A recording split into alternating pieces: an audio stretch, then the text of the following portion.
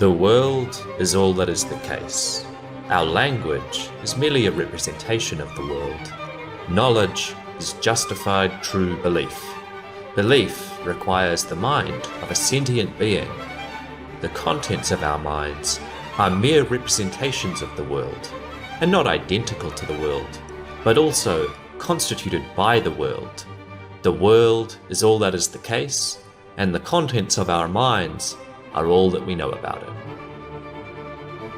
Our bodies and minds have evolved over deep time. All life on Earth is descendant from a universal common ancestor at a distant point in the past. If we apply Occam's razor and make as few assumptions as possible, there's no good reason to think we are ontologically distinct from the natural world. On the contrary, we have emerged from the natural world and remain intrinsically part of it. We are an animal. We are made out of chemicals forged inside the nuclear fires of a star. We are stardust. We display highly complex behavior and we experience self-consciousness. We are the world perceiving itself. Normative judgments about good and bad arise because life forms have interests. Humans and animals have a nature that is shaped by evolution. Whether something is good or bad for a life form can be deduced from its nature.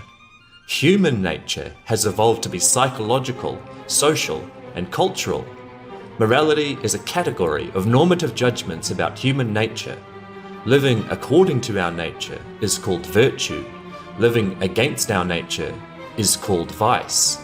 Humans ought to be virtuous and not vicious because virtue leads to flourishing and vice leads to suffering. We ought to keep our account of the world as simple as possible, with as few assumptions as possible. Therefore, ceteris paribus, all things equal, we should prefer a monistic, singular account of the world over a dualistic or pluralistic account of the world. The account of the world as a monism, from cosmic evolution to human consciousness, is called naturalism.